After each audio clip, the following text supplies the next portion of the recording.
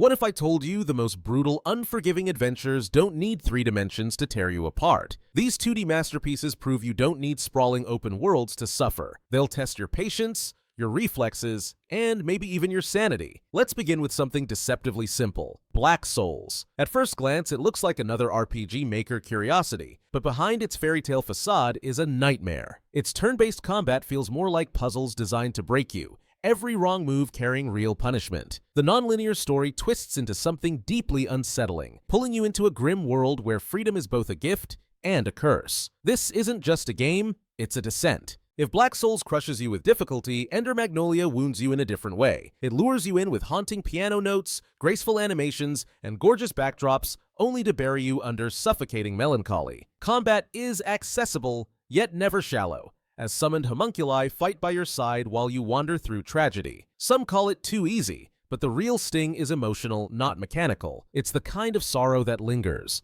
And then, from sprawling worlds, we shift to something much shorter: the Dark Queen of Mortholme. Here, you don't slay the boss. You are the boss, doomed to face a hero who grows stronger while you remain the same. Its sharp writing mixes dark humor with existential dread, wrapped in exquisite pixel art. The whole experience lasts just 20 minutes, but it cuts deep, leaving you haunted long after the credits. But not every cruel game announces itself openly. Journey of Realm.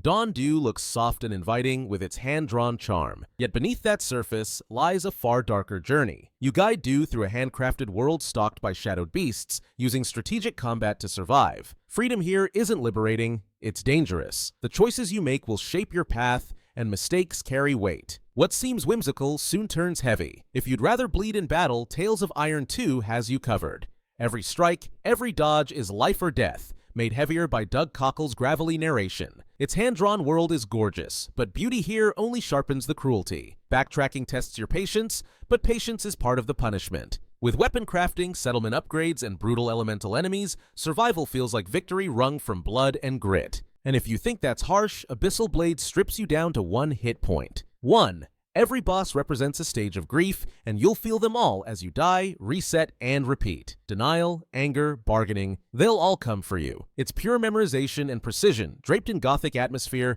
and a story about trauma that cuts as sharply as the fights themselves. This is pain, distilled into pixels. Then there's Last Vanguard, a game that doesn't polish away its rough edges. Its Metroidvania shooter-platformer blend forces you to master a unique chord mechanic, part weapon, part lifeline. Platforming is razor-sharp, puzzles unforgiving, and bosses endlessly inventive. The map might feel messy and some weapons underpowered, but those flaws become part of the struggle. This isn't comfort food, it's jagged glass you keep running your hands over. But what if the cruelty is repetition itself? Hollow Survivors throws you into a cursed tower that demands endless climbs. Each run feels fresh enough to tempt you, then brutal enough to crush you. The pixel art is charming, but charm doesn't save you when the tower closes in. The runs may feel repetitive, but that's the trap.